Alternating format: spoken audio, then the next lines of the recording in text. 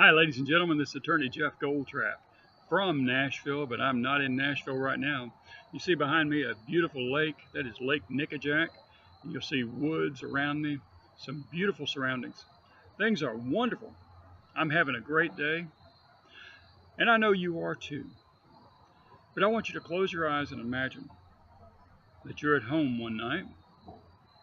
Maybe you've gone to bed. Maybe just settled down for the evening. Maybe it's 1:30, 2 in the morning, 3 in the morning, and that phone rings. You know, I've got children too. That phone ringing in the middle of the night is not going to be good news. That phone rings, and what you hear is, "Mom, Dad, I'm at the police station." What are you going to do?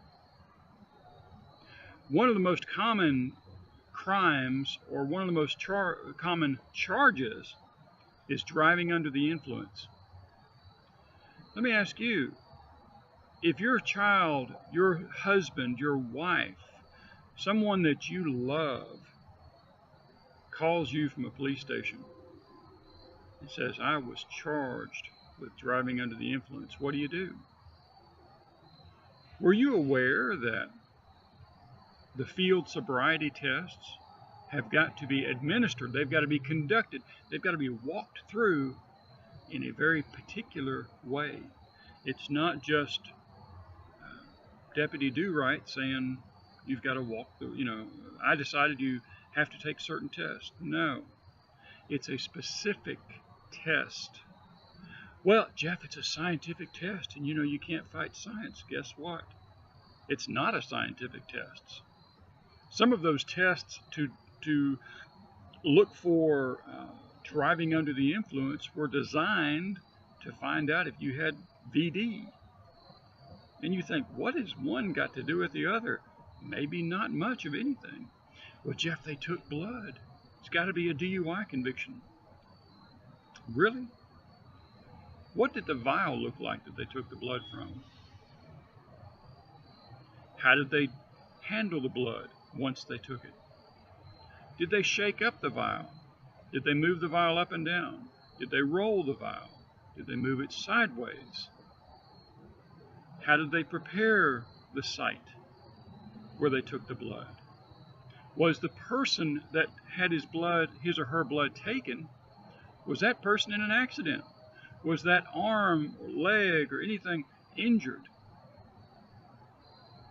Where was the blood taken? When was the blood taken? Where in the world did it go afterwards? Hey, Jeff, those are great questions. What's that got to do with anything? Folks, it's got everything to do with it. Right behind me is a beautiful lake. Big deal, it's a lake. We've seen lakes. It's a beautiful lake. It's a lovely lake. I imagine you could water ski, you could fish. You could also drown. You get that call late at night. Your loved one has been arrested for DUI. You can drown. You could go lose your privileges to live in the free world. You could go to jail for 11 months, 29 days. You could have a fine of up to $2,500 plus court costs, plus lose your license for a year.